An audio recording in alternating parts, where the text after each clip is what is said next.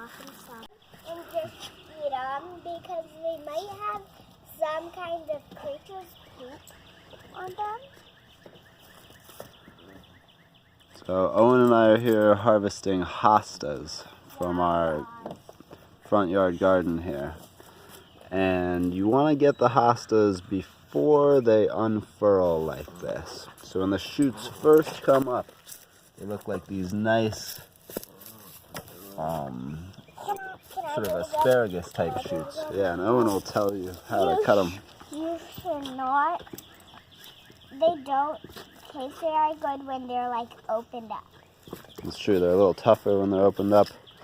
So we want the nice shoots. And Owen's going around and cutting them. And we're going to take them inside and saute them. So this is just a spring treat. They're up for about a week. And then they're too big after that. But the flowers later in the summer, you can eat the flowers as well.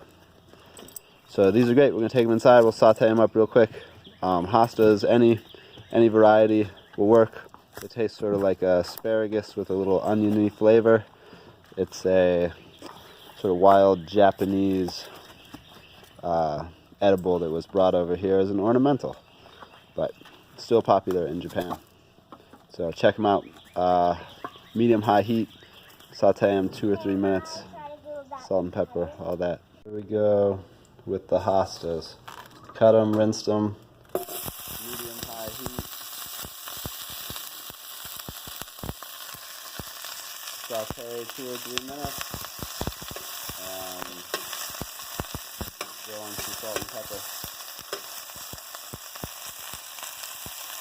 We'll check in with a taste test in a minute.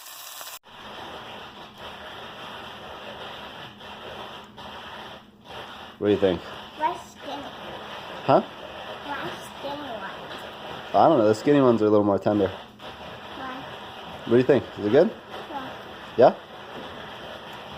Can I try one of the fat ones? You can try one of the fat ones, yeah.